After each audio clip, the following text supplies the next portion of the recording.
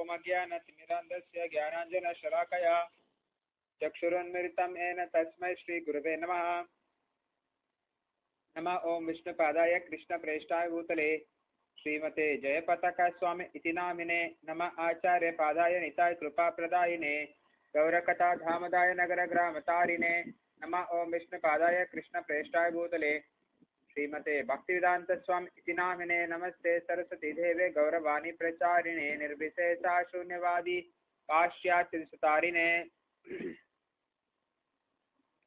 जय श्री कृष्ण चैतन्य प्रभु नित्यानंद श्री अद्वैत गदाधर श्रीवासादि गौर भक्तवृंद हरे कृष्णा कृष्ण कृष्ण हरे हरे हरे राम राम राम हरे हरे हरे कृष्णा कृष्ण कृष्ण हरे हरे हरे राम राम राम हरे हरे हरे कृष्णा कृष्ण कृष्ण हरे हरे हरे राम राम राम हरे हरे हरे कृष्णा कृष्ण कृष्ण हरे हरे हरे राम राम राम हरे हरे हरे कृष्णा कृष्ण कृष्ण हरे हरे हरे राम राम राम हरे हरे।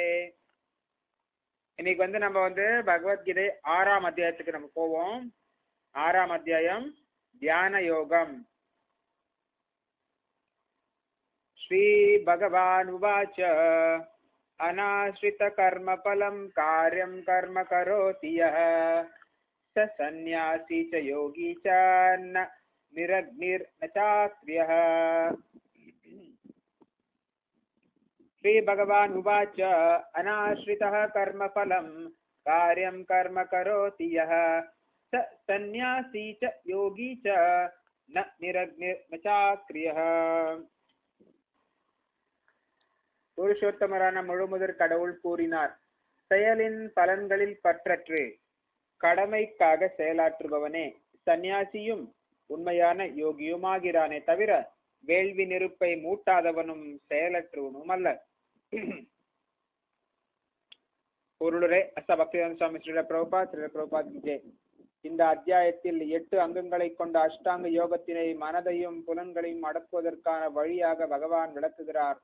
ஆனால் இம்முறை சாதாரண மக்களுக்கு, குறிப்பாக கலியுகத்தில் மிகவும் கடினமானதாகும். இவ்வத்தியாயத்தில் அஷ்டாங்க யோக முறை விளக்கப்பட்டிருப்பினும் கிருஷ்ண உணர்வில் செயலாற்றுதலே கர்மயோகமே சிறந்தது என்று கடவுள் வலியுறுத்துகிறார். தனது குடும்பத்தையும் அவர்களது உடைமைகளையும் பாதுகாப்பதற்காகவே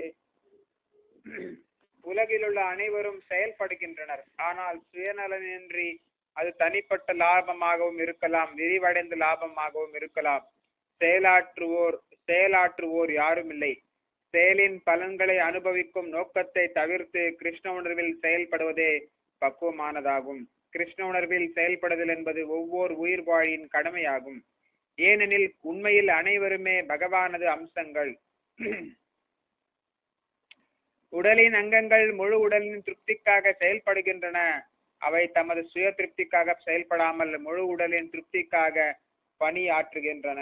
அது போலவே தனது சுய திருப்திக்காக செயல்படாமல்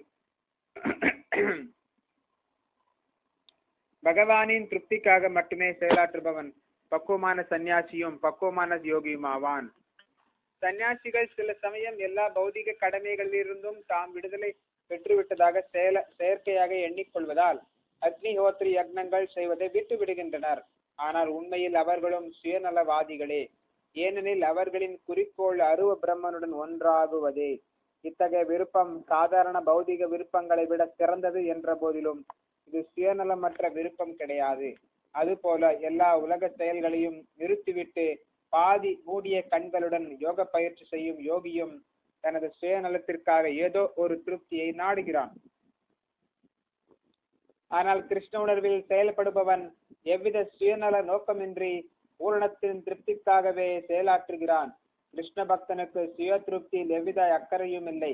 கிருஷ்ணரது திருப்தியையே அவன் வெற்றியை கருதுகிறான். எனவே அவனே பக்குவமான சந்நியாசியும் பக்குவமான யோகியும் ஆவான். சந்நியாசத்தின் மிக உயர்ந்த நிலைக்கு இலக்கணமாக திகழும் பகவான் சைத்தன்யர் பின்வருமாறு பிரார்த்தனை செய்கிறார். நதனம் நஜனம் நசுந்தரீம் கவிதாம்பா ஜெகதீஷ காமயே மம ஜன்மனி ஜன்மனீஸ்வரே பவதாத் பக்திரஹைதுகி த்வயி. எல்லாம் வல்ல பெருமானே, பொருள் சேர்க்கும் ஆசை எனக்கில்லை, அழகிய பெண்களை அனுபவிக்கும் ஆசையும் எனக்கில்லை, என்னை பின்பற்றுவோரும் எனக்கு வேண்டாம், பிறவிதோறும் உமக்கு பக்தி தொண்டு ஆற்றுவதற்கான காரணமற்ற கருணையே நான் விரும்புகிறேன்.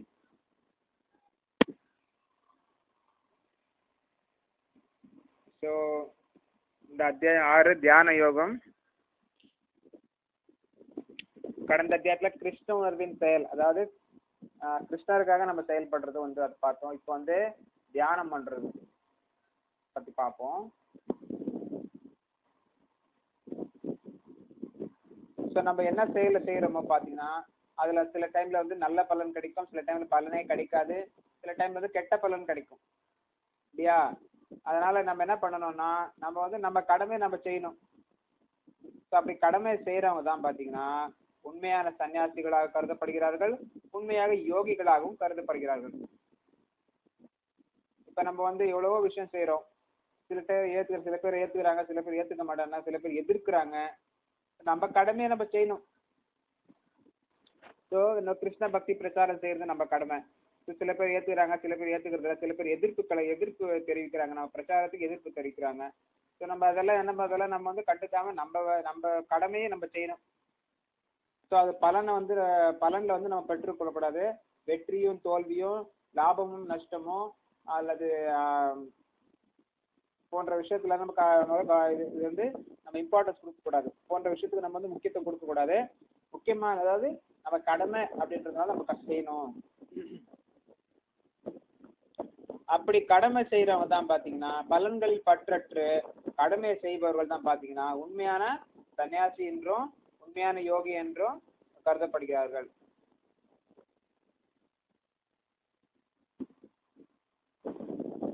சோ இந்த அத்தியாயத்துல பகவான் கிருஷ்ணன் என்ன சொல்றாரு, அஷ்டாங்க யோகத்தை பத்தி விளக்குறார். மனசையும் புலன்களையும் அடக்கிறதுக்காக வழியை பகவான் சொல்றார். ஆனா இந்த முறை வந்து கலியுகத்துல வந்து மக்களுக்கு வந்து இது வந்து அவ்வளவு எளிதானது கிடையாது, மிகவும் கடினமானது. இந்த அத்தியாயத்துல அஷ்டாங்க யோக முறை விளக்கப்பட்டிருந்தா கூட கிருஷ்ண உணர்வுல செயல்படுறதுதான் வந்து கர்மயோகமே சிறந்தது. கர்மயோகம் கிருஷ்ண உணர்வுல செயல்படுறதுதான் வந்து உயர்ந்த விஷயமாக பகவான் வலியுறுத்துகிறார். இந்த உலகத்துல எல்லாருமே இதுக்காக செயல்படுறாங்க. தன் உடமையை பாதுகாக்கிறதுக்காகவும், தன் குடும்பத்தை பாதுகாக்கிறதுக்காகவும், தன் குழந்தைகளை பாதுகாக்கிறதுக்காகவும் வந்து செயல்படுறாங்க. எல்லாருமே செயல்படுறாங்க. ஆனா சுயநலம் இல்லாம சுய லாபமாவோ அல்லது சமுதாய லாபமோ நாட்டுக்கு லாபம் அந்த எந்த லாபம் இருந்தாலும் இல்லைன்னா கூட நம்ம வந்து நம்ம கடமை செய்யணும். சுயநலம் இல்லாம யாருமே லாபம் இல்லாம யாருமே எந்த செயலும் செய்ய போறது இல்லை. ஆனா வந்து நாம வந்து கிருஷ்ணருக்காக நம்ம எல்லாம் செயல்படணும். அதான் யோகி, அதான் சன்னியாசி. நம்ம வந்து இது செஞ்சாலும் அது கண்டிப்பா பலன் இருக்கதான் செய்யும். நல்ல பலனும் கெட்ட பலனும் ஏதோ ஒன்று இருக்கதான் செய்யும். நம்ம வந்து நம்ம கடமை செய்யணும். அந்த செய்யற பலனை வந்து நம்ம அனுபவிக்கணும்ன்ற நோக்கத்தோட நம்ம செயல்படக்கூடாது. நம்ம கடமைன்றதுனால நம்ம செய்யணும்.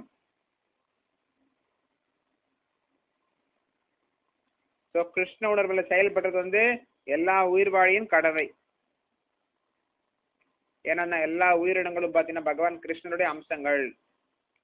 உடலின் அங்கங்கள் எல்லாம் பாத்தீங்கன்னா இந்த உடல்ல இருக்கிற அந்த விரல்களோ நகங்களோ முடியோ எல்லாமே அந்த ஒவ்வொரு உடல்ல இருக்கிற ஒவ்வொரு அங்கமும் பாத்தீங்கன்னா ஒவ்வொரு பார்ட்டும் பாத்தீங்கன்னா பகுதியும் பாத்தீங்கன்னா முழு உடலுக்காக திருப்திக்காக இருக்குது. சோ அதே மாதிரி நம்ம வந்து பகவானுடைய அங்கங்கள்ன்றதுனால நம்ம வந்து பகவானை திருப்தி செய்யறதுக்காக நம்ம வந்து நம்ம செயல்படணும்.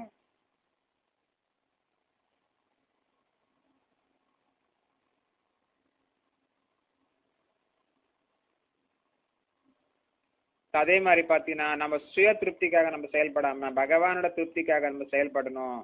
அவர்கள் தான் பாத்தீங்கன்னா சன்னியாசியுமாகவும் யோகியுமாகவும் கருதப்படுகிறார்கள். ஸோ குருவுக்கு நம்ம திருப்திப்படுத்துறதுக்காக சில சேவை செய்ய வேண்டியதா இருக்கும். சன்னியாசிகள் சில சமயம் எல்லா பௌதிக கடமைகளிலிருந்தும் தாம் விடுதலை பெற்று விட்டதாக செயற்கையாக எண்ணிக்கொள்வதால் அக்னிஹோத்திர யக்னங்கள் செய்வதை விட்டுவிடுகின்றனர். ஆனால் உண்மையில் அவர்களும் சுயநலவாதிகளே.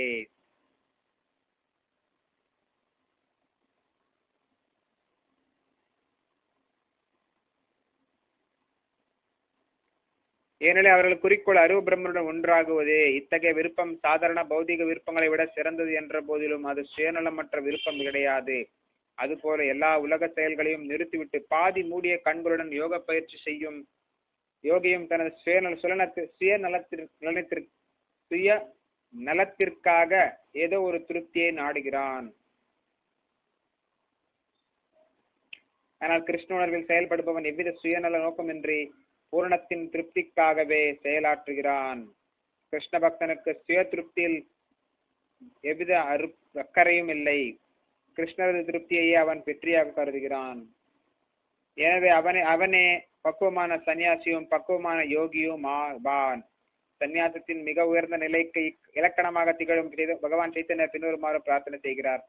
சோ ஒரு சன்னியாசி எதுவுமே எதிர்பார்க்காம பகவான் கிருஷ்ணருக்கு தொண்டு செய்யணும். அவர் தான் யோகியும் சன்னியாசியும். சைத்தன்ய மகாபிரபு ஒரு சன்னியாசி, சிறந்த சன்னியாசியாக இருந்தார். கலியுகத்திலே மிகப்பெரிய சிறந்த சன்னியாசியாக இருந்து ஹரிநாம பிரச்சாரத்தை தொடங்கி வைத்தவர்.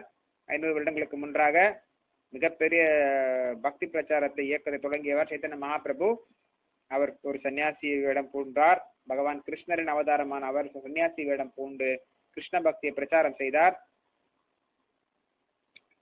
அவர் என்ன சொல்றாருன்னா, அவருக்கு தனங்கள் வேண்டாம், ஜனங்கள் வேண்டாம், சுந்தரிகள் வேண்டாம், எதுவுமே வேண்டாம் அப்படின்றார்.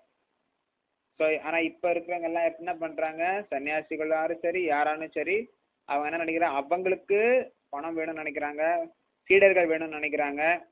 அப்புறம் தொண்டர்கள் எல்லாம் வல்ல பெருமானே, பொருள் சேர்க்கும் ஆசை எனக்கு இல்லை, அழகிய பெண்களை அனுபவிக்கும் ஆசை எனக்கு இல்லை, என்னை பின்பற்றுவோரும் எனக்கு வேண்டாம், எதுவுமே வேண்டான்றார். பெண்களும் வேண்டான்றாரு, பொருளும் வேண்டான்றாரு, பணமும் வேண்டான்றார். ஆனா ஒவ்வொரு பிறவியிலையும் நம்ம காரணமற்ற கருணை தான். அவருடைய தொண்டு ஆற்றுவதற்கான காரணமற்ற கருணையை அவர் விரும்புறோம். பகவான் கிருஷ்ணருடைய தொண்டாற்றுவதற்கான ஒரு வாய்ப்பையே விரும்புகிறார் சைத்தன்ய மகாபிரபு. பாண்டுவின் மகனை அடுத்த ஸ்லோகத்துக்கு போவோம். யம் சந்நியாசம் ஹிதி பிராஹுர் யோகம் தம் வித்தி பாண்டவ நஹ்ய சந்நியஸ்த சங்கல்போ யோகி பவதி கஷ்டனா. பாண்டுவின் மகனே, புலனுகர்ச்சிக்கான இச்சைகளை துறக்காத எவனுமே யோகியாக முடியாது என்பதால் துறவு என்று அழைக்கப்படுவதும் யோகமும் பரமனுடன் தொடர்பு கொள்ளுதலும் ஒன்றே என்பதை நீ அறிய வேண்டும். மொழிபெயர் பொருளுரை அர்த்தபக்தி சுவாமி ஸ்ரீல பிரபுபாத் கி ஜெய். பொருளுரை, தான் ஒரு ஆத்மா என்பதை உணர்ந்த நிலையில் செயல்படுவதே உண்மையான சந்நியாச யோகா அல்லது பக்தி யோகா எனப்படும். ஆத்மாவிற்கென்று தனிப்பட்ட சுதந்திரமான அடையாளம் கிடையாது. ஆத்மா முழுமுதற் கடவுளின் நடுநிலை சக்தி ஆகும். பௌதீக சக்தியால் பிணைக்கப்பட்டிருக்கும் போது அவன் கட்டுண்ட ஆத்மாவாக அறியப்படுகிறான். கிருஷ்ண உணர்வில் இருக்கும் போது, ஆன்மீக சக்தியில் இருக்கும் போது அவன் தனது உண்மையான இயற்கையான வாழ்வில் உள்ளான். எனவே முழு ஞானத்தில் இருப்பவன் எல்லாவித ஜட புலனுகர்ச்சியையும் அறவே நிறுத்தி விடுகிறான். அதாவது எல்லாவித புலனின்ப செயல்களையும் துறந்து விடுகிறான். பௌதீக பற்றுதலிலிருந்து புலன்களை விளக்கும் யோகிகளால் இது பயிலப்படுகிறது. ஆனால் கிருஷ்ண உணர்வினனுக்கு கிருஷ்ணரின் தேவைக்காக அல்லாமல் வேறெதிலும் புலன்களை ஈடுபடுத்தும் வாய்ப்பே இல்லை. எனவே கிருஷ்ண உணர்வு உடையோன் ஒரே சமயத்தில் சன்னியாசியும் யோகியும் ஆவான். ஞான யோக முறையில் பரிந்துரைக்கப்படும் ஞானமும் யோக வழிமுறையில் பரிந்துரைக்கப்படும் புலனடக்கமும் கிருஷ்ண உணர்வில் தானாகவே நிறைவேற்றப்படுகின்றன. சுயநல இயற்கையை கொண்ட செயல்களை துறக்காதவரை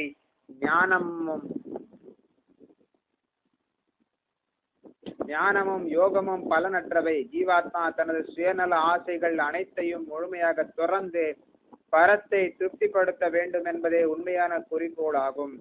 கிருஷ்ண உணர்வினன் எவ்விதமான சுய இன்பத்திற்கும் ஆசைப்படுவதில்லை. அவன் எப்போதும் முழுமுதற் கடவுளின் இன்பத்திற்காகவே செயல்படுகிறான். முழுமுதற் கடவுளை பற்றி அறியாதவனோ சுய திருப்தியில் ஈடுபட்டாக வேண்டும். ஏனெனில் செயலின்மை என்ற தளத்தில் யாரும் இருக்க முடியாது. கிருஷ்ண உணர்வின் பயிற்சியினால் எல்லா குறிக்கோளும் பக்குவமாக நிறைவேற்றப்படுகின்றன.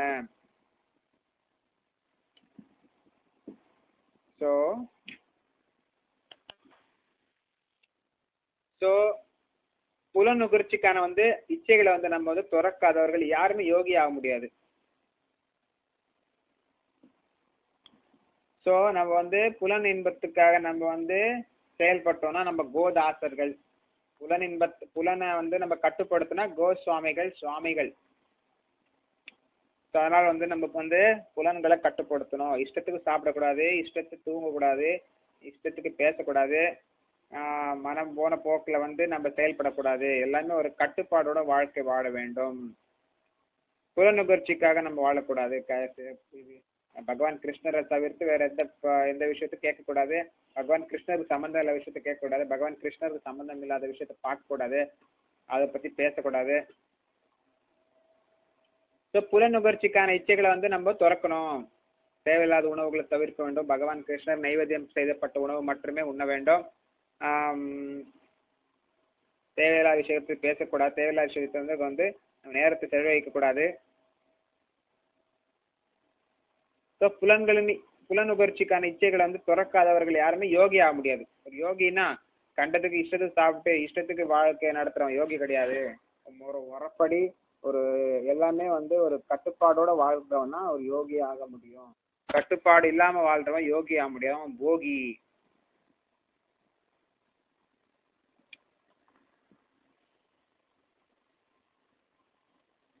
துறவு அப்படின்றதும் சரி, யோகமும் சரி, எல்லாமே ஒன்றுதான். நாம எல்லாம் ஒரு ஆத்மா.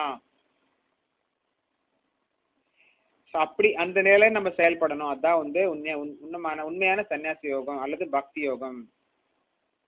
ஆத்மாக்கு என்ற தனிப்பட்ட சுதந்திரம் கிடையாது, சுதந்திரமா அடையாளம் கிடையாது. ஆத்மா பகவான் கிருஷ்ணரின் நடுநிலை சக்தி, தடஸ்த சக்தி. அந்தரங்க சக்தின்னு இருக்குது, பகிரங்க சக்தின்னு இருக்குது, தடஸ்த சக்தின்னு இருக்குது. பகவான் கிருஷ்ணனுடைய நடுநிலையான சக்தி தான் நம்ம எல்லா ஜீவாத்மாக்களையும், அணு ஆத்மாக்கள் எல்லாம் பகவான் கிருஷ்ணரின் நடுநிலை சக்தி.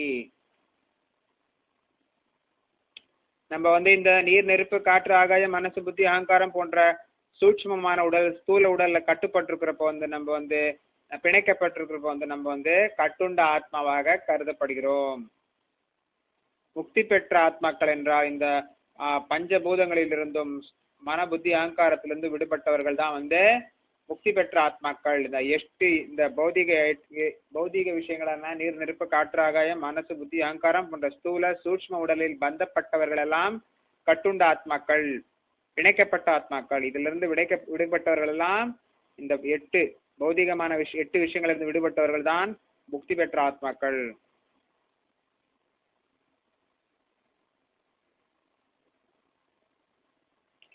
ஞானத்தில் இருக்கிறவங்க எல்லாம் பாத்தீங்கன்னா புலனுகர்ச்சியை நிறுத்திடுறாங்க. அதனால அவங்கள ஞானிகள்னு கூப்பிடுறோம், அவங்கள யோகிகள்னு கூப்பிடுறோம், அவங்கள சன்னியாசிகள் கூப்பிடுறோம், அல்லது அவங்கள கோஸ்வாமிகள், சுவாமிகள்னு கூப்பிடுறோம். அவங்க புலனின்ப செயல் எல்லாம் விட்டுறாங்க.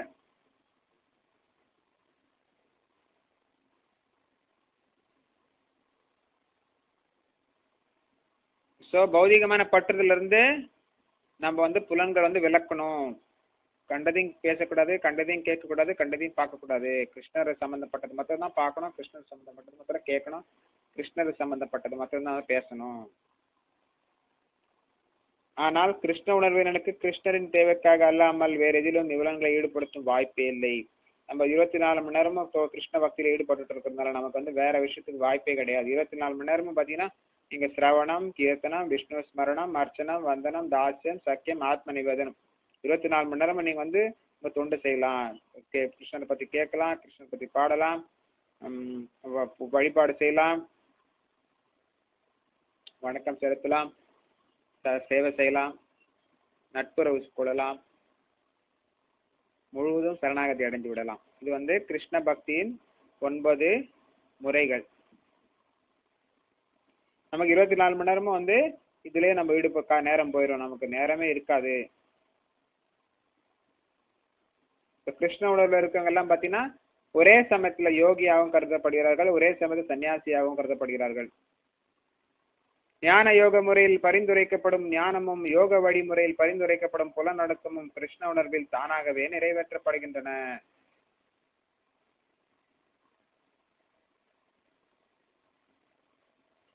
சுயநல இயற்கையை கொண்ட செயல்களை துறக்காதவரை ஞானமும் யோகமும் பலனற்றவை. ஜீவாத்மா தனது சுயநல ஆசைகள் அனைத்தையும் முழுமையாக துறந்து பரத்தை திருப்திப்படுத்த வேண்டும் என்பதே உண்மையான குறிக்கோளாகும். கிருஷ்ண உணர்வினன் எவ்விதமான சுய இன்பத்திற்கும் ஆசைப்படுவதில்லை. அவன் எப்போதும் முழுமுதற் கடவுளின் இன்பத்திற்காகவே செயல்படுகிறான். முழுமுதற் கடவுளை பற்றி அறியாதவனோ சுய திருப்தியில் ஈடுபட்டாக வேண்டும். ஏனெனில் செயலின்மை என்ற தளத்தில் யாரும் இருக்க முடியாது.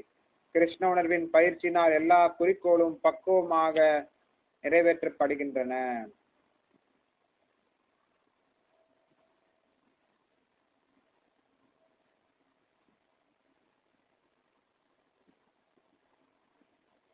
எல்லா யோகத்தோடும் உயர்ந்த யோகம் பக்தி யோகம். இதுல புலநடுக்கமும் இருக்கு, வைராக்கியமும் இருக்கு, பக்தியும் இருக்கு, எல்லாமே இருக்கு. இதுல ஒருத்தருக்கு ஞானம் கிடைக்கணும்னாலும் பக்தி செஞ்சா ஞானம் கிடைக்கும். தனியா ஞான யோகம் செய்யறதுனால ஞான யோகம் செய்யறதுனால ஞானம் கிடைக்கும், அது ஒண்ணு. ஆனா பக்தி யோகம் செஞ்சா ஞானமும் கிடைக்கும். புலநடக்கமும் ஞானமும் புலநடக்கமும் எல்லாமே கிருஷ்ண உணர்வு நமக்கு கிடைக்குது.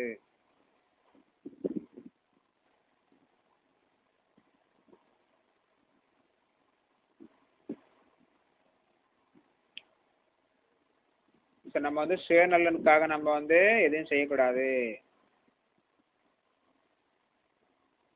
சுயநலை விட்டுட்டு பகவான் கிருஷ்ணரின் ஆசைகளை, அவரது விருப்பங்களை, அவரது புலன்களை திருப்தி செய்வதற்காக நாம் செயல்பட வேண்டும்.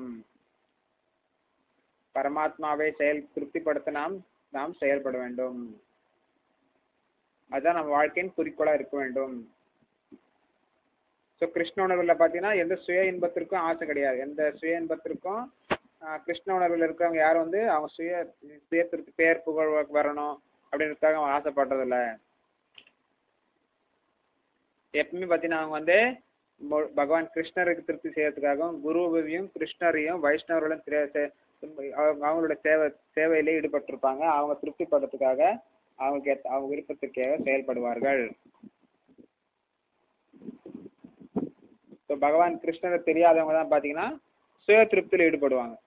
அவங்கதான் சுய திருப்தியில ஈடுபடுவாங்க. எந்த விஷயத்தையும் செய்யாம யாருமே இருக்க முடியாது.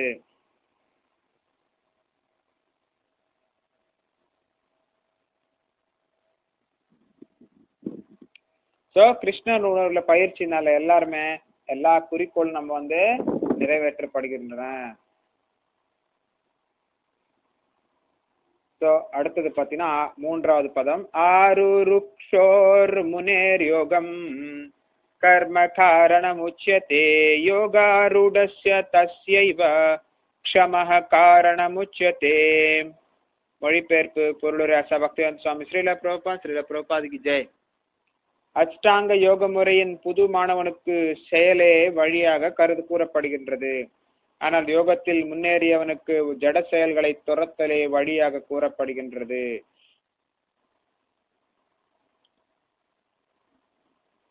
பொருளுரை பக்திவேதாந்த சுவாமி ஸ்ரீல பிரபுபாதுக்கு ஜெய். பரத்துடன் ஒருவனை இணைக்கும் முறையே யோகம் எனப்படுகிறது. இதனை உன்னதமான ஆன்மீக உணர்வை அடைவதற்கான ஏணியுடன் ஒப்பிடலாம். இந்த ஏணியானது ஜீவனின் தாழ்ந்த பௌதிக நிலையில் தொடங்கி தூய ஆன்மீக வாழ்வில் பக்குவமான தன்னுணர்வை பெரும் நிலை வரை உயர்கின்றது. வெவ்வேறு ஏற்றங்களுக்கேற்ப இந்த ஏணியின் வெவ்வேறு படிகள் பல்வேறு பெயர்களால் அறியப்படுகின்றன. ஆனால் மொத்தமாக முழு ஏணியும் சேர்ந்து யோகம் என்று அறியப்படுகின்றது. இதனை ஞான யோகம், தியான யோகம், பக்தி யோகம் என்று 3 பகுதிகளாக பிரிக்கலாம். இந்த ஏணியின் ஆரம்பம் யோகாருருக்ஷோ நிலை எனவும் மிக உயர்ந்த படி யோகாருட எனவும் அழைக்கப்படுகின்றன. அஷ்டாங்க யோக முறையில் பலவித ஆசனங்களின் உதவியுடன் இவை ஏறக்குறைய உடற்பயிற்சிகளை வாழ்க்கையும் பயிற்சியும் ஒழுங்குபடுத்தி தியானத்தில் நுழைவதற்கு செய்யப்படும் ஆரம்ப கால முயற்சிகள் அனைத்தும் பலநோக்கு செயல்களாகவே கருதப்படுகின்றன. இத்தகு செயல்கள் மனதின் பக்குவமான சமநிலைக்கு வழிகாட்டுவதன் மூலம் புலன்களை கட்டுப்படுத்த உதவுகின்றன. ஒருவன் தியான பயிற்சியில் வெற்றி பெறும் போது தொல்லை தரும் மன இயக்கங்கள் அனைத்தையும் முற்றிலுமாக நிறுத்திவிடுகிறான். இருப்பினும் கிருஷ்ண பக்தனை பொறுத்தவரையில் அவன் எப்போதுமே கிருஷ்ணரை நினைத்து கொண்டுள்ளதால் ஆரம்பத்திலிருந்தே தியானத்தின் தளத்தில் நிலை பெற்றுள்ளான். மேலும் கிருஷ்ணரின் தொண்டில் தொடர்ந்து ஈடுபட்டிருப்பதால் அவன் எல்லா ஜட செயல்களையும் முற்றிலும் நிறுத்திவிட்டவனாகவே கருதப்படுகிறான்.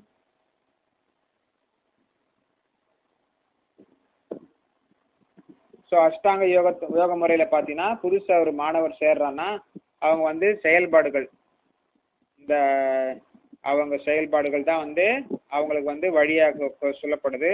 ஆனா யோகத்துல முன்னேறியவர்களுக்கு பாத்தீங்கன்னா இந்த பௌதிகமான விஷயங்கள் எல்லாம் துறக்கணும், அதான் வழியா சொல்லப்படுது.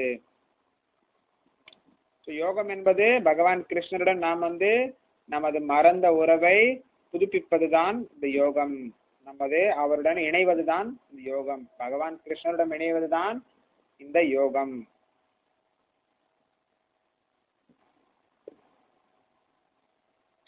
நம்ம எப்பவுமே பகவான் கிருஷ்ணருடன் தொடர்புல இருந்தோம்னா நம்ம யோகிகளாக கருதப்படுகிறோம். கிருஷ்ணரை விட்டு நம்ம உலகத்தை அனுபவிக்கணும்னு நினைச்சா நம்ம போகிகளாக கருதப்படுகிறோம்.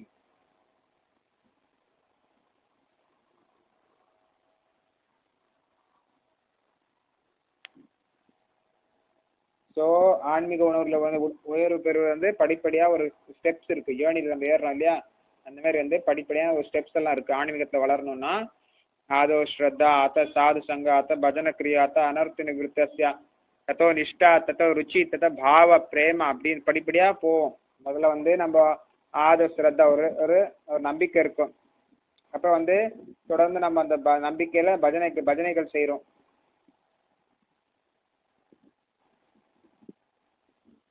முதல்ல நம்ம நம்பிக்கையா இருக்கிறோம், பிறகு சாதுக்குள்ள சங்கத்தை வச்சுக்கிறோம். அப்புறம் பஜனைகள் செய்யறோம், பாகவத பிரவச்சனத்துல கேட்கிறோம், பக்தி தொண்டில் ஈடுபடுறோம். அப்புறம் படிப்படியா நம்ம அனர்த்தங்கள் எல்லாம் நிவர்த்தி ஆகுது. நம்ம தேவையில்லாத நம்ம அசுத்தங்கள் எல்லாம் நிவர்த்தி அடையுது. அனர்த்தங்கள் நிவர்த்தி அடையுது, அசுத்தங்கள் எல்லாம் தூய்மை ஆயிடுது. அப்புறம் படிப்படியா நம்ம ஒரு நிலையா இருக்கிறோம். அப்படியே நம்ம ஆன்மீகத்துல முன்னேறோம். கடைசியில கிருஷ்ண பக்தி, கிருஷ்ணரின் அன்பு, தூய அன்பு, அது கடைசியில வரும். ஸோ எல்லா யோக முறையிலும் ஒரு படிப்படியான ஏணி போன்ற படிப்படியான முறைகள் இருக்கிறது. அதே போலதான் இந்த அஷ்டாங்க முறையிலும் படிப்படி யோக முறைகள் இருக்குது. ஆரம்பத்துல கஷ்டப்பட்டு நம்ம சில செயல்கள் செய்ய வேண்டியதா இருக்கும். பிறகு எல்லா பௌதிக செயல்களையும் விட்டுற வேண்டியதா இருக்கும்.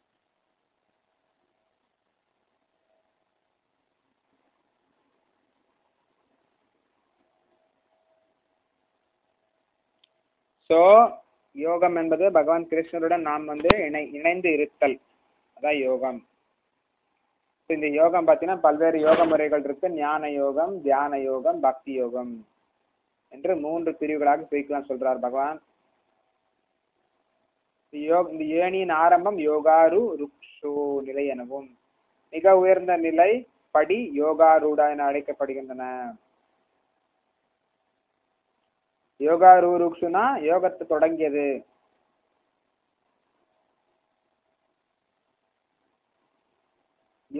யோகாரூடனா யோகத்தை, அந்த யோக நிலை முன்னேற்றம் அடைந்தவர்கள், யோகா நிலையில் சித்தி அடைந்தவர்கள் யோகாரூடத்து.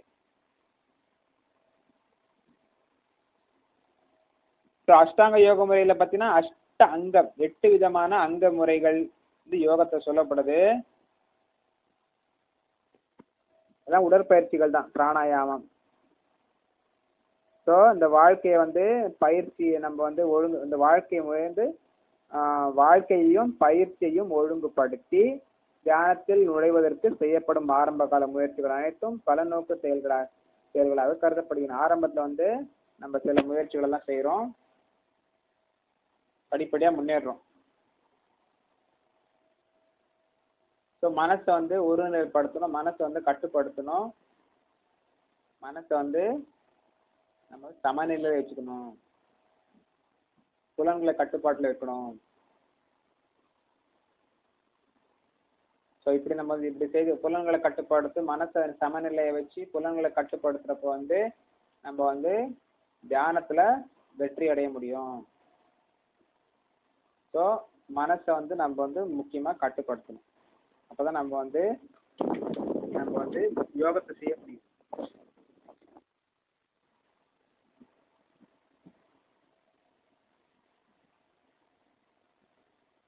ஸோ யோகத்தை செய்யணும்னா மனசு கட்டுப்பாடோடு இருக்கணும், புலன்களும் கட்டுப்பாட்டில் இருக்கணும். அப்போதான் யோகத்தை செய்ய முடியும். நம்ம அது யோகத்தை செய்ய முடியலன்னா மனசு கட்டுப்பாடு இல்லைன்னு தான் அர்த்தம். ஸோ கிருஷ்ண பக்தர்கள் வந்து எப்பவுமே பகவான் கிருஷ்ணரையும் நினைச்சிட்டு இருக்கிறதுனால அவங்க வந்து மனசு கட்டுப்பாடுல இருக்கு, அவங்க வந்து யோகத்தை செய்ய முடியுது.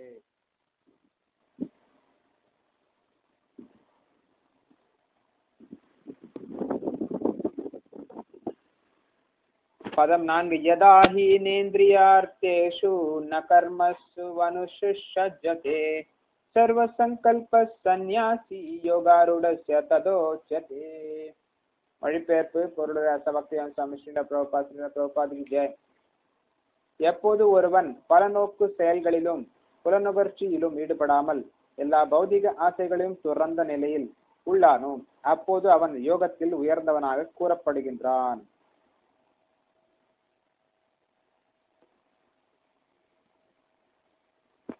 பொருளுரை. பகவானின் திவ்யமான அன்பு தொண்டில் முழுமையாக ஈடுபடும் போது ஒருவன் தன்னில் திருப்தியுற்று விளங்குவதால் பல நோக்கு செயல்களிலோ புலனுகர்ச்சியிலோ அவன் ஈடுபடுவதில்லை. இல்லாவிடில் கண்டிப்பாக அவன் புலனுகர்ச்சியில் ஈடுபட்டு தானாக வேண்டும். ஏனெனில் செயலின்றி வாழ்தல் அசாத்தியமானதாகும். கிருஷ்ண உணர்வில் இல்லாவிடில் ஒருவன் குறுகிய சுயநல செயல்களிலோ விரிந்த சுயநல செயல்களிலோ ஈடுபட்டாக வேண்டும். ஆனால் கிருஷ்ணரது திருப்திக்காக எந்த செயலையும் செய்யக்கூடிய கிருஷ்ண உணர்வினன் அதன் மூலம் புலனுகர்ச்சியிலிருந்து முற்றிலும் விலகியுள்ளான். இத்தகு உணர்வற்றவனோ யோக ஏடியின் உச்சிப்படிக்கு உயர்த்தப்படுவதற்கு முன்பு ஜட இச்சைகளிலிருந்து தப்ப இயந்திரத்தனமாக முயற்சி செய்ய வேண்டும்.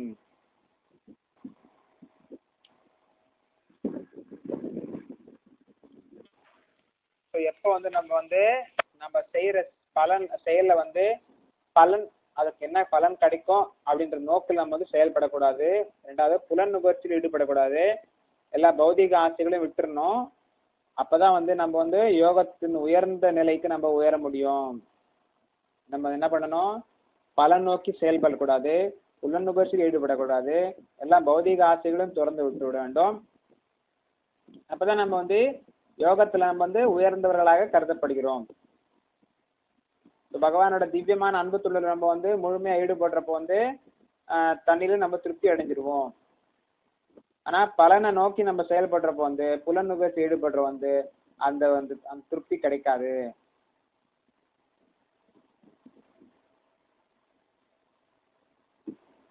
ஸோ இதை நம்ம விட்டுறணும்.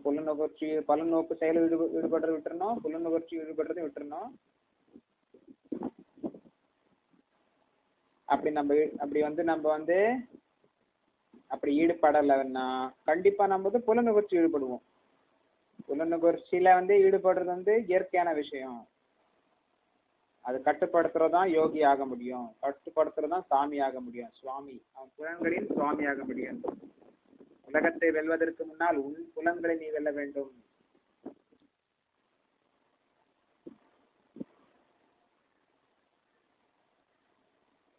உலகத்தை ஆண்ட பல்வேறு பேரரசர்கள் தன் புலன்களுக்கு அடிமையாகிவிட்டனர். உலகத்தை ஆள நினைத்தவர்கள் தன் புலன்களை ஆள முடியவில்லை.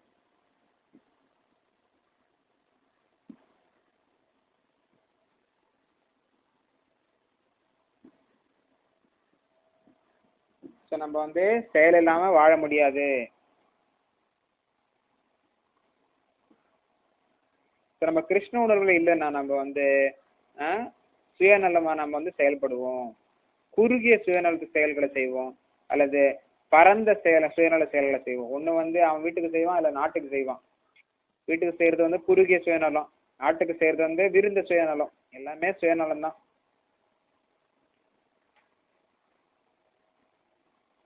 ஆனா கிருஷ்ணருக்காக நம்ம செய்யறப்போ அது வந்து சுயநலம் கிடையாது.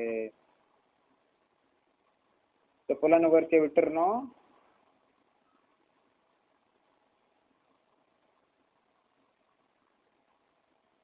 ஸோ யோகத்தின் நம்ம வந்து உச்சிப்படி அதாவது யோகத்தின் உச்ச நிலைக்கு நம்ம வந்து உயர்ந்த நிலைக்கு நம்ம வந்து உயர்த்தப்படுறதுக்கு வந்து நம்ம முயற்சி செய்யணும்.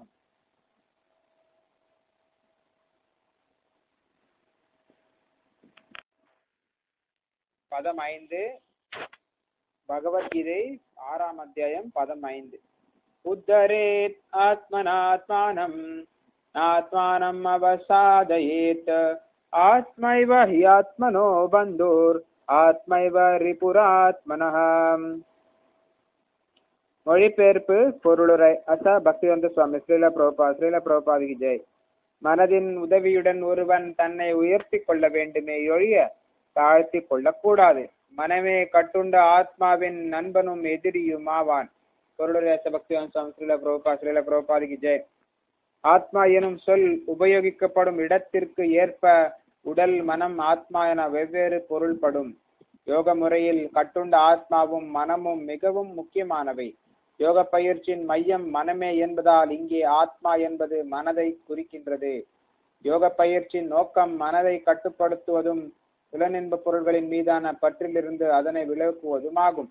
அறியாமை எனும் சகதியிலிருந்து கட்டுண்ட ஆத்மாவை விடுவிக்கும் வகையில் மனதை பயிற்சி செய்ய வேண்டும் என்று இங்கு வலியுறுத்தப்பட்டுள்ளது. ஜட வாழ்வில் உள்ளவன் மனதின் ஆதிக்கத்திற்கும் புலன்களின் ஆதிக்கத்திற்கும் உட்பட்டவன்.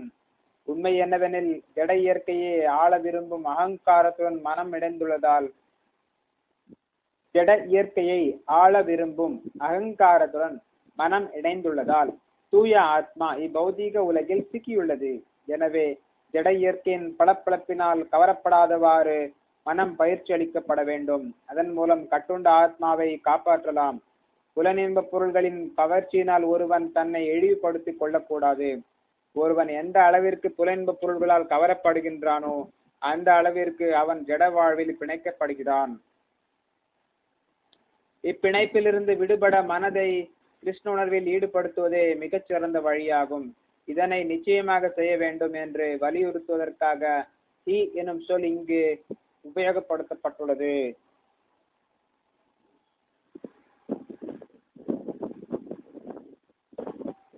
மேலும் பின்வருமாறு கூறப்பட்டுள்ளது. மன ஏவ மனுஷ்யானாம் காரணம் பந்த மோக்ஷயோஹோ பந்தாய வீக்ஷயா சங்கோ முக்தியை நிர்விஷயம் மனஹ. மனிதனின் பந்தத்திற்கும் மோட்சத்திற்கும் மனமே காரணம். புலனின்ப பொருள்களில் ஆழ்ந்துள்ள மனம் பந்தத்திற்கும் அவற்றிலிருந்து விலக்கப்பட்ட மனம் மோட்சத்திற்கும் காரணமாகின்றன. அமிர்த பிந்து உபனிஷத் 2. எனவே கிருஷ்ண உணர்வில் எப்போதும் ஈடுபடுத்தப்பட்டுள்ள மனம் உன்னத மோட்சத்திற்கு காரணமாகின்றது.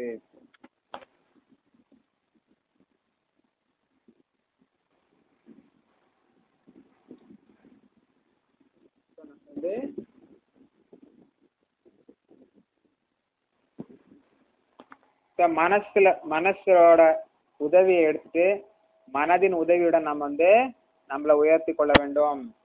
நம்மளை தாழ்த்தி கொள்ளக்கூடாது. மனம்தான் நமக்கு வந்து இந்த கட்டுண்ட ஆத்மாக்கு வந்து நண்பனும் மனதான் இந்த கட்டுண்ட ஆத்மாக்கு எதிரியுமாக மாறுகின்றது. ஸோ மனதின் உதவியுடன் நாம் வந்து நம்மளை உயர்த்தி கொள்ள வேண்டும்.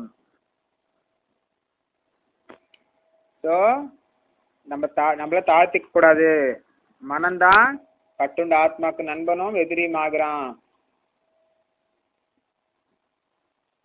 ஸோ இந்த மனசு தான் யோகம் செய்யறதுக்கு நம்ம வந்து மனசை கட்டுப்பாடோட வச்சுக்கணும். புலன்களை கட்டுப்பாடோட வச்சுக்கணும். நம்ம மனசு மூலமா நம்மளை உயர்த்திக்கணும். நம்மளை தாழ்த்திக்க கூடாது. ஸோ இந்த மனம்தான் வந்து இந்த பௌதிக உலகத்துல கட்டுண்ட ஆத்மாவின் நண்பனும் ஆகிறான் எதிரியும் ஆகிறான். இந்த மனசுலதான் எல்லா தீய விஷயங்களும் இருக்கு. காமம், குரோதம், லோகம், மோகம், மதம், ஆச்சரியம் போன்ற பொறாமை எல்லாமே வந்து இந்த மனசுலதான் இருக்கு.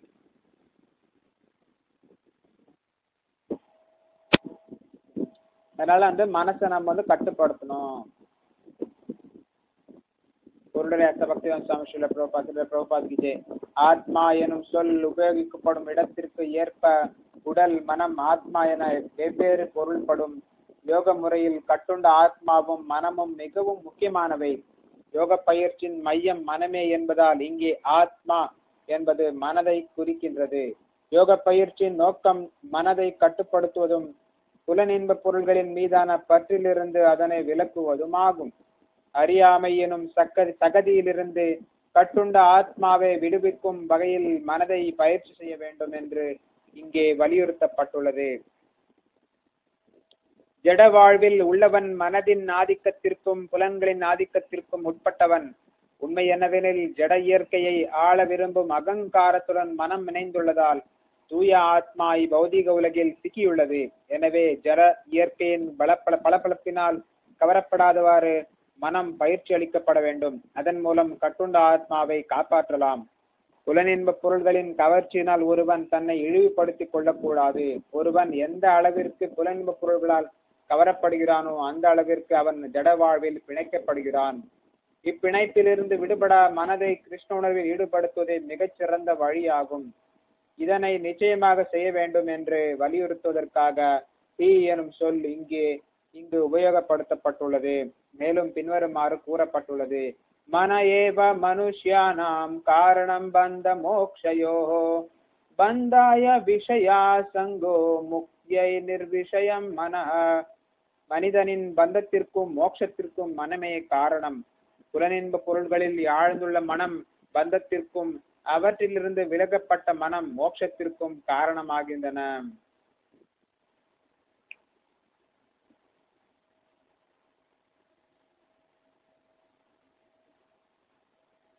நம்ம மனசை கட்டுப்படுத்தணும். மிக மிக முக்கியம். காமம், குரோதம், லோபம், மோகம், மதம், ஆச்சரியம் போன்ற எல்லா விஷயத்தையும் நம்ம துறக்க வேண்டும். அது மனசை கட்டுப்பட்டாதான் நம்ம இந்த விஷயத்தெல்லாம் நம்ம கட்டுப்படுத்த முடியும். மனசை கட்டுப்படுத்தலைன்னா இந்த விஷயங்கள் நம்மள கட்டுப்படுத்தும். நம்ம கோபம் நம்மளை கட்டுப்படுத்தணும். ஆனா கோபம் நம்மள கட்டுப்படுத்தும். காமம் நம்ம காமத்தை தேவையில்லாம விருப்பப்படக்கூடாது. ஸோ ஆனா அந்த விருப்பங்கள் நம்மள செயல்பட வைக்கும். நம்ம மனசை கட்டுப்பாடோட வைக்கணும். கோபத்தை கட்டுப்பாடோட வைக்கணும். காமத்தை கட்டுப்பாடோட வைக்கணும். பேராசை இருக்கக்கூடாது. பொறாமை இருக்கக்கூடாது. மயக்கம் இருக்கக்கூடாது. மோகம் இருக்கக்கூடாது. பைத்தியக்காரத்தனம் இருக்கக்கூடாது.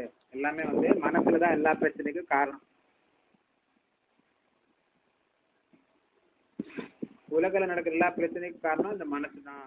மனசை நம்ம கட்டுப்படுத்தணும்னா நம்ம சிறந்த யோகியாக கருதப்படுகிறோம். மனசை கட்டுப்பாடு இல்லைன்னா நம்ம முட்டாள்தனமா செயல்படுவோம்.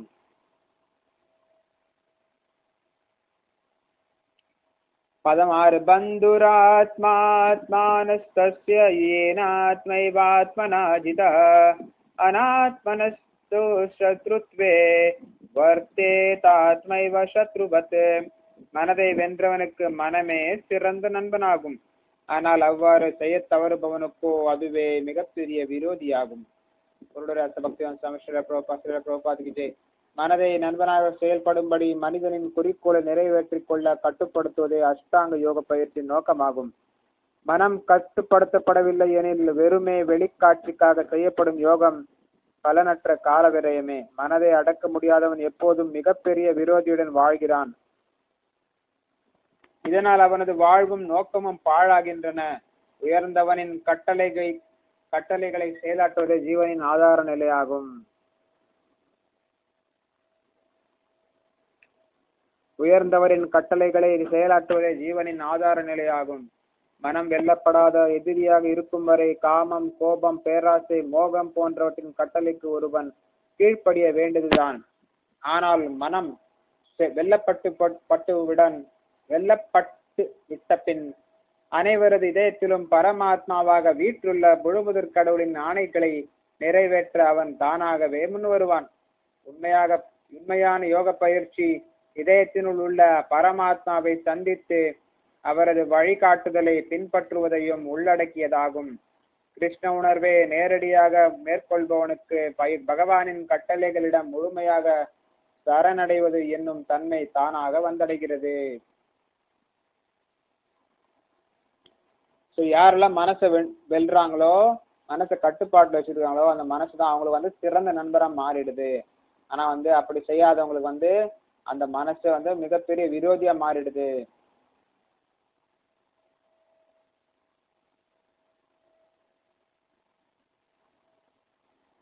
ஸோ மனசை வந்து நண்பரா செயல்படுற மாதிரி நம்ம வந்து அந்த குறிக்கோளோட வந்து அந்த மனசை கட்டுப்படுத்துறது வந்து அதுதான் அஷ்டாங்க யோக முறை. மனசை கட்டுப்படுத்துறதுக்காக தான் வந்து இந்த அஷ்டாங்க யோக முறை இருக்கு. மனசு வந்து கட்டுப்படுத்தலைன்னா வெறும் வெளி தோட்டத்துக்காக நம்ம செய்யற வந்து யோகம் வந்து கால விரயம் தான். வெளியே மக்களுக்கு ஒரு கவரத்துக்காக யோகா செய்யறதுன்னா வந்து கால விரயம் தான். மனசை கட்டுப்படுத்தணும், புலன்களை கட்டுப்படுத்தணும், அதுதான் வந்து யோகம். மனசை கட்டுப்படுத்தாம புலன்களை கட்டுப்படுத்தாம செய்யப்படும் யோகம் வந்து ஒரு கால விரயம் தான். நிறைய பேர் வந்து விளம்பரப்படுத்துறாங்க யோகா சொல்லித்தரேன்னு சொல்லிட்டு, யோகா சொல்லித்தர சொல்லி நிறைய பேர் விளம்பரப்படுத்துறாங்க. பணம் சம்பாதிக்கிறதுக்காக வந்து யோகா சொல்லித்தரேன்னு சொல்லிட்டு ஏதோ பண்றாங்க. அது வந்து புல நுகர்ச்சியை அவங்க வந்து ஈடுபடுத்துறாங்க. மனசை கட்டுப்படுத்துறது கிடையாது, புலன்களை கட்டுப்படுத்துறது கிடையாது. ஒரு வெளிக்காட்சிக்காக வந்து அவங்க யோகத்தை செய்யறாங்க. எல்லாமே வந்து தேவையற்ற ஒரு கால விரயம் தான். ஸோ மனசை அடக்க முடியாதவர்கள் வந்து எப்பவுமே மிகப்பெரிய விரோதி கூட வாழ்றாங்க. மனசு தான் வந்து ஒருத்தர் நண்பரும் சரி, ஒருத்தர் மிகப்பெரிய விரோதியும் சரி. மனசை கட்டுப்படுத்தணும். ஸோ மனசை கட்டுப்படுத்த தெரியாதவங்க வந்து வாழ்க்கையில் பெரிய விரோதியோட வாழ்றாங்க.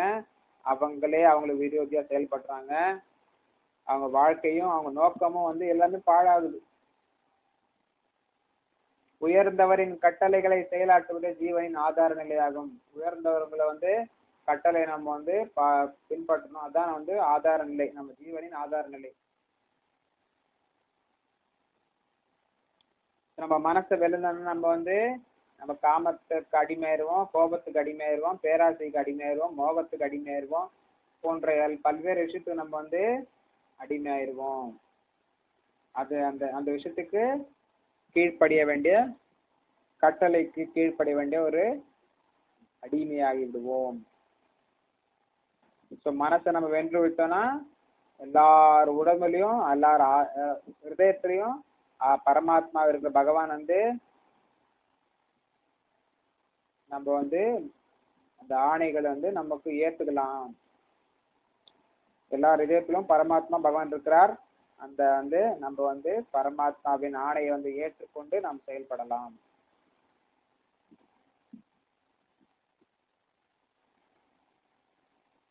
உண்மையான யோக பயிற்சினா எல்லார் இதயத்திலும் பகவான் பரமாத்மாவா இருக்கிறார். அவரை நம்ம சந்திச்சு அவரோட வழிகாட்டுதலை வந்து நம்ம பின்பற்றணும்.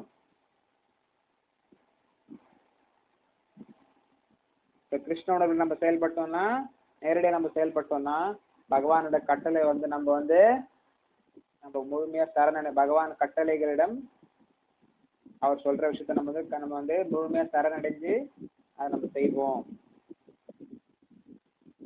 கீதாத்மனः பிரசாந்தஸ்ய பரமாத்மா சமாஹிதः சீதோஷ்ண சுக துக்கேஷு ததா மானாபமானயோः. மனதை வென்றவன் அமைதியை அடைந்து விட்டதால்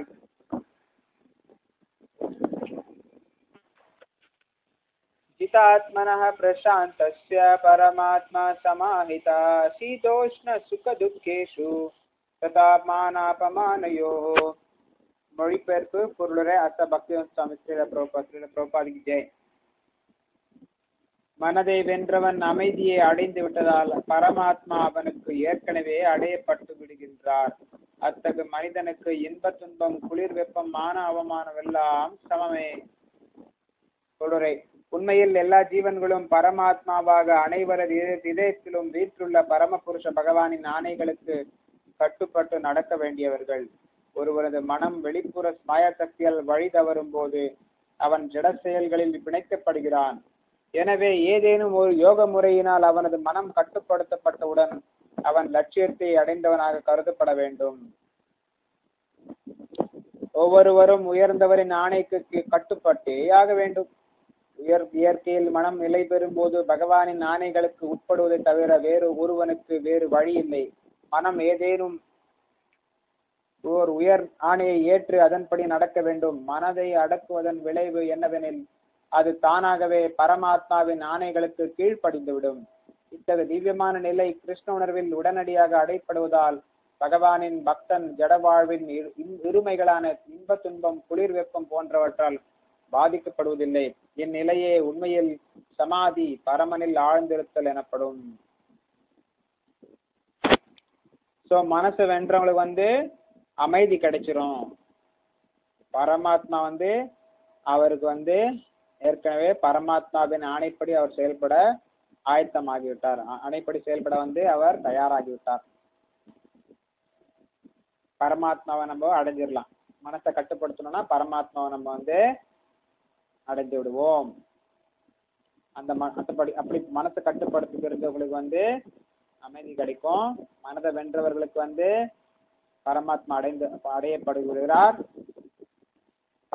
அந்த மனுஷனுக்கு பாத்தீங்கன்னா இன்பமும் துன்பமும் குளிரும் வெப்பமும் மானம் அவமானம் எல்லாமே சமமா அவர் எடுத்துக்கிறார். மனசை வென்றவர்கள் இன்பத்தையும் துன்பத்தையும் குளிரையும் வெப்பத்தையும் மானத்தையும் அவமானத்தையும் எல்லாமே சமமா எடுத்துக்கிறார் மனசை வென்றவர்.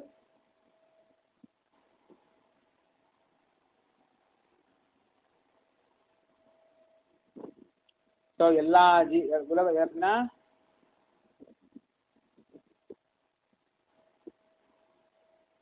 எல்லா ஜீவன்களும் பாத்தீங்கன்னா பரமாத்மா பரமாத்மாவின் ஆணைப்படி நம்ம கட்டுப்பட்டு நடக்கணும்.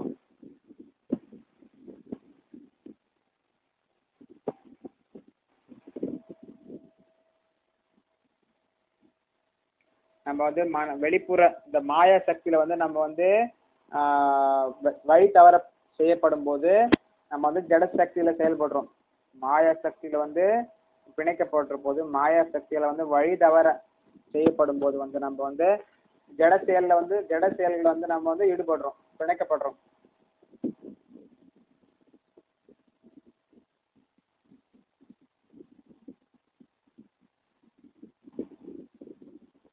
நம்ம ஏதாவது யோக முறையில நம்ம மனசை கட்டுப்படுத்தணும். அப்படி கட்டுப்படுத்தணும்னா நம்ம லட்சியத்தை அடைந்து விடுவோம், பரமாத்மாவை அடைந்து விடுவோம். எல்லாருமே பாத்தீங்கன்னா உயர்ந்தவர்களின் ஆணைக்கு நம்ம கட்டுப்பட்டே ஆகணும்.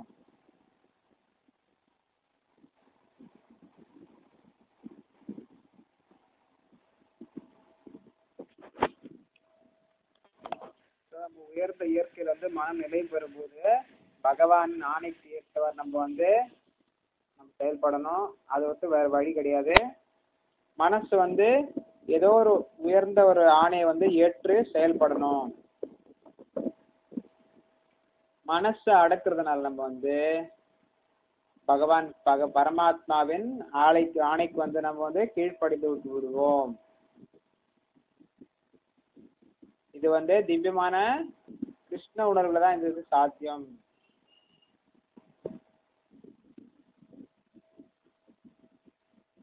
ஸோ மனசை அடக்கிட்டோம்னா பகவான் பரமாத்மாவின் ஆணையை நம்ம ஆணைப்படி நம்ம செயல்படுவோம். பிறகு நம்ம பகவானின் பக்தர்களாக நாம் ஆகலாம். ஸோ ஜட உலகத்துல இருமைகள் இருக்கும். இன்பம் துன்பம் குளிர் வெப்பம் போன்றவை எல்லாமே இருக்கும் இந்த உலகத்துல. இதான் சமாதி நிலை. நம்ம பாதிக்கப்படக்கூடாது. இன்ப துன்பத்தில் பாதிக்கப்படக்கூடாது, வெற்றி தோல்வியிலும் பாதிக்கப்படக்கூடாது, குளிர் வெப்பம் மான அவமானம் எதுலையுமே நம்ம பாதிக்கப்படாம சமநிலையில இருக்கணும். அதான் நம்ம யோகத்துல நம்ம முன்னேற முடியும், பக்தியிலும் முன்னேற முடியும்.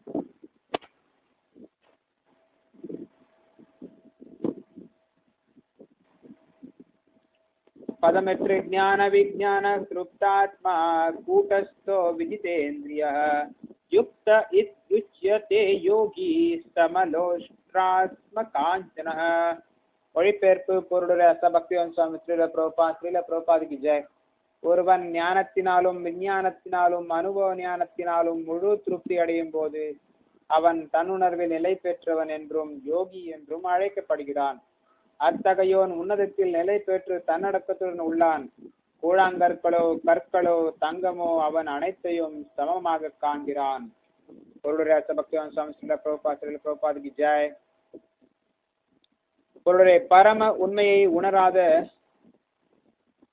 புத்தக அறிவு வீணானதாகும். இது பின்வரும் மறுக்கூறப்படுகின்றது. அத்தः ஸ்ரீ கிருஷ்ண நாமாதி நபவேத் கிராஹ்யமிந்திரியை சேவன் முக்கியஹி ஜிஹ்வாதோ ஸ்வயமேவ ஸ்புரத் யதः. ஜடத்தினால் களங்கமுற்ற தனது புலன்களை கொண்டு ஸ்ரீ கிருஷ்ணரின் நாமம், ரூபம், குணம், லீலை ஆகியவற்றின் திவ்யமான இயற்கையை எவராலும் உணர முடியாது.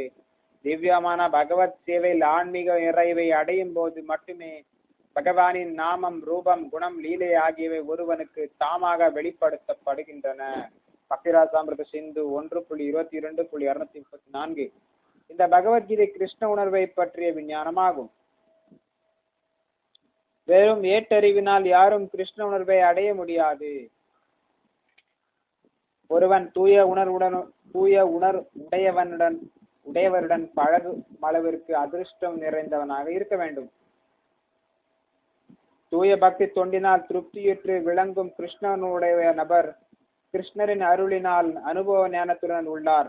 அனுபவ ஞானத்தினால் ஒருவன் பக்குவம் அடைகிறான். திவ்ய ஞானத்தை உடையவன் தனது நம்பிக்கையில் திடமாக இருக்க முடியும். ஆனால் வெறும் ஏட்டறிவினை உடையவன் எளிதில் மயங்குவதுடன் மேலோட்டமான முரண்பாடுகளால் குழப்பமும் அடைகிறான். கிருஷ்ணரிடம் சரணடைந்து தன்னை உணர்ந்துள்ள ஆத்மா மட்டுமே உண்மையில் தன்னடக்கம் உடையவன் ஆவான். பௌதீக ஏட்டுக்கல்வியுடன் அவனுக்கு எந்த தொடர்பும் இல்லாததால் அவன் திவ்யமானவன் ஆவான். பிறருக்கு தங்கமாக தோன்றும் ஏட்டறிவும் மனக்கற்பனையும் அவனை பின் பொறுத்தவரையில் கூழாங்கற்களையோ கற்களையோ விட உயர்ந்தவை கிடையாது.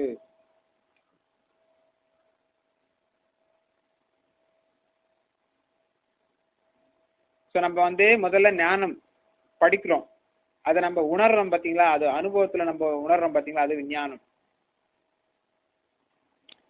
சோ ஞானம் விஞ்ஞானம் அதாவது அது நம்ம கிடைச்சப்போ திருப்தி அடைஞ்சிருவோம். ஒரு ஞானத்துல நம்ம ஞானம் ஓரளவுக்கு இன்ஃபர்மேஷன் கிடைக்குது.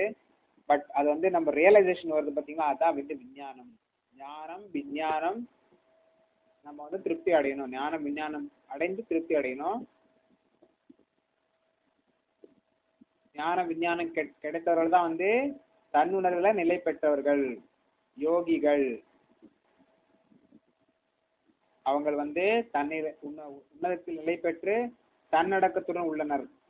அவங்க எல்லாத்தையும் சமமா பாக்குறாங்க. ஒரு கூழாங்கல்லையோ கல்லையோ தங்கத்தையோ எல்லாத்தையும் சமமா பாக்குறாங்க. ஏற்கனவே நம்ம பார்த்த மாதிரி வித்யா வினய சம்பன்னே பிராமணே கவி ஹஸ்தினி துணி செய்வ ஸ்வபா கேச்ச பண்டிதாக சமதர்ஷினா. ஒரு பண்டிதர்கள் எப்படி பாக்குறாருன்னா எல்லா ஆத்மாக்களையும் சமமா பாக்குறார். பிராமணனையும் சமமா பாக்குறார், யானையும் சமமா பாக்குறார், நாய் துன்பம் எல்லாரையும் சமமா பாக்குறார். என்னன்னா ஆன்மீக நிலையில பாக்குறார்.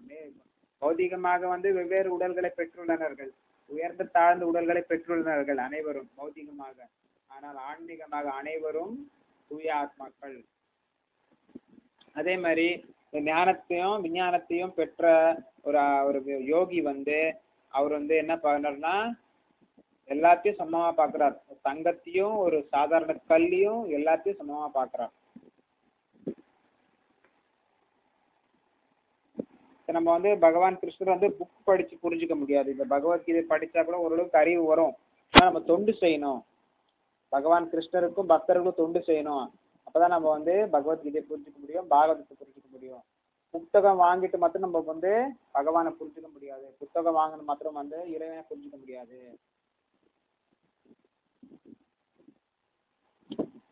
பகவானை தொண்டு சேவை, அவருக்கு சேவை செய்ததான் நம்ம பகவானுக்கு சேவை செய்தால் மட்டுமே நாம ஞானம் கிடைக்கும்.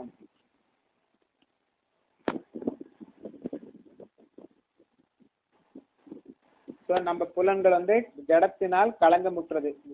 அதாவது நீர், நெருப்பு, காற்று, ஆகாயம், மனசு, புத்தி, அகங்காரம் போன்ற ஜட பொருட்களால நம்ம மனசு நம் புலன்கள் கலங்கமுற்று உள்ளது. அது இந்த ஜட புலன்களால் நம்ம கலங்கமுற்ற ஜட புலன்களால் நம்ம கிருஷ்ணரின் நாமத்தையோ அவரோட ரூபத்தையோ அவரோட குணத்தையோ லீலையை வந்து நம்ம வந்து திவ்யமான நிலையை வந்து யாராலும் வந்து உணர முடியாது. நம்ம வந்து உணர முடியாது. ஜடமான புலன்களை கொண்டு நம்ம வந்து ஆன்மீகமான கிருஷ்ணரை பத்தி நம்ம வந்து பேசுறதோ செய்யறதோ அதெல்லாம் புரிஞ்சுக்க முடியாது. ஆனா அவருக்கு வந்து நம்ம வந்து சேவை செய்யறப்ப வந்து சேவை செய்து வந்து நமக்கு ஞானம் கிடைக்கும். நம்ம பகவானுக்கு சேவை செய்யதான் நம்ம வந்து ஞானமும் எல்லாமே கிடைக்கும். பக்தி ரசாமிரதம் சேர்ந்து 1.2.64. இந்த பகவத்கீதையும் பாத்தீங்கன்னா இது கிருஷ்ணர் உணர்வை பத்தி ஒரு விஞ்ஞானம் தான். இந்த பகவத்கீதையும் யாருமே வந்து புக்கு படிச்சுட்டு வந்து கிருஷ்ண உணர்வுல வந்து முன்னேற முடியாது. இதுல வந்து எல்லாம் கிருஷ்ண பக்தர் வந்து சங்கத்துலதான் நம்ம வந்து கிருஷ்ண பக்தர்கள் ஆக முடியும். கிருஷ்ண பக்தர்களின் சங்கத்தை பெற அளவுக்கு வந்து நம்ம வந்து அதிர்ஷ்டம் வாய்ந்தவர்களா இருக்க வேண்டும். தூய பக்தி தொண்டினால் திருப்தியுற்று விளங்கும் கிருஷ்ண உணர்வுடைய நபர் கிருஷ்ணரின் அருளினால் அனுபவ ஞானத்துடன் உள்ளார்.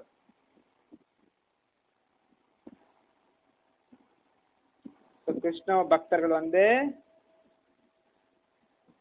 கிருஷ்ணரின் உணர்வுல வந்து கிருஷ்ணரோட அருளால வந்து அனுபவ ஞானம் இருக்கு அவங்க கிட்ட.